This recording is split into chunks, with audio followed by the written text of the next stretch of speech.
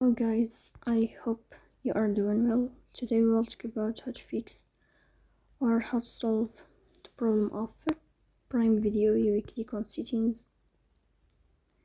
In this page you will click on apps, default apps, app settings. On above you will search about Prime Video and you will click here. In this page we search about when we search about the application of Prime Video, as you see, you will click on first stop and you will click OK. Then you will enter to storage.